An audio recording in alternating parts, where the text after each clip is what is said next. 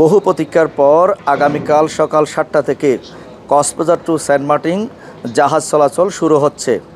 আমরা যেটি জানতে পেরেছি, সরকারের 12টি নির্দেশনা মেনে জাহাজগুলো চলাচল করবে বলে তেমনটি আমরা জানতে পেরেছি।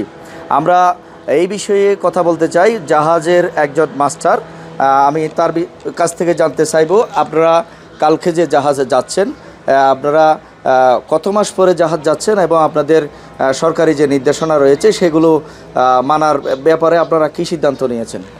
হ্যাঁ, আমরা দীর্ঘ 11 মাস পরে আমরা জাহাজ নিয়ে কক্সবাজার থেকে সেন্ট মার্টিনের উদ্দেশ্যে আগামীকাল থেকে রওনা দিব এবং সরকারের যে নির্দেশনাগুলো আছে সেই নির্দেশনা সম্পূর্ণ মেনেই আমরা জাহাজগুলো পরিচালনা করব এবং আশা করি যে সরকারের যে নির্দেশনা আছে সেইগুলার ব্যত্যয় ঘটবে না এবং জাহাজটা যেন সুষ্ঠুভাবে চলাচল করতে পারে, এটাই আমরা সবসময় সচেষ্ট থাকব।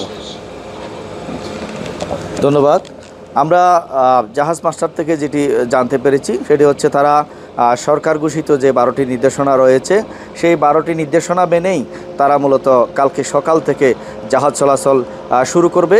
আমরা প্রশাসন থেকে যেটি জানতে পেরেছি সেটি হচ্ছে 6টি জাহাজ মূলত কালকে থেকে সকাল থেকেই সেন্ট মার্টিনের উদ্দেশ্যে রওনা করবেন এবং পরের দিন বিকাল 3টায় যাত্রীসহ পর্যটকসহ কক্সবাজারে ফিরে আসবেন, তেমনটি আমরা জানতে পেরেছি। আমরা একটু জানিয়ে রাখতে চাই, সেটি হচ্ছে কক্সবাজারের যে প্রশাসন রয়েছে, পুলিশ প্রশাসন সহ ট্যুরিস্ট পুলিশ এবং জেলা প্রশাসন, তারা যেমনটি জানিয়েছেন, তারা বলছেন যে সেন্ট মার্টিনের যে পর্যটক, সেই সেন্ট মার্টিন পর্যটকদের নিরাপত্তার জন্য তারা যথাযথ ব্যবস্থা গ্রহণ করেছেন এবং পরিবেশ যাতে ঠিক রাখে সেই বিষয়ে যে 12টি নির্দেশনা দেওয়া হয়েছে সেই 12টি নির্দেশনা মানার ব্যাপারে তারা সচেতন করবেন। এবং ট্যুরিস্ট পুলিশ আমাদেরকে যেটি জানিয়েছেন সেটি হচ্ছে প্রত্যেক জাহাজে ট্যুরিস্ট পুলিশের নিরাপত্তা সদস্যরা সাথে থাকবেন এবং বিভিন্ন নির্দেশনা তাদেরকে দিবেন যাতে পরিবেশ এবং আইনশৃঙ্খলা পরিস্থিতি যাতে ঠিক থাকে সেই বিষয়ে নিশ্চিত করার জন্য। আমরা যে বিষয়টি নিশ্চিত করতে চাই সেটি হচ্ছে পর্যটকরা নির্দিষ্ট রেজিস্ট্রেশন, অনলাইনে রেজিস্ট্রেশন করেই মূলত টিকিট কনফার্ম করেছেন। 2000 যাত্রী রাত্রি যাপন করতে পারবেন এবং 2000 যাত্রী 6টি জাহাজ তাদেরকে বহন করে নিয়ে যাবেন এবং যেই নির্দেশনাগুলো রয়েছে সেগুলো তারা মানবেন।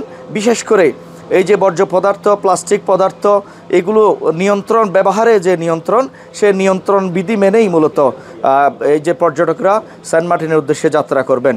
এই যে সেন্ট মার্টিনের যে সৌন্দর্য, নীল জলরাশি, সেই নীল জলরাশি যাতে নীল জলরাশি হিসাবেই থাকে, সেই রকম পরিস্থিতি, সেই রকম পরিবেশ যাতে বজায় থাকে সেই বিষয়ে খেয়াল রাখার জন্য সংশ্লিষ্ট কর্তৃপক্ষ তেমনটি দাবি করেছেন। এই ছিল আমার কাছে কক্সবাজারের সর্বশেষ পরিস্থিতি।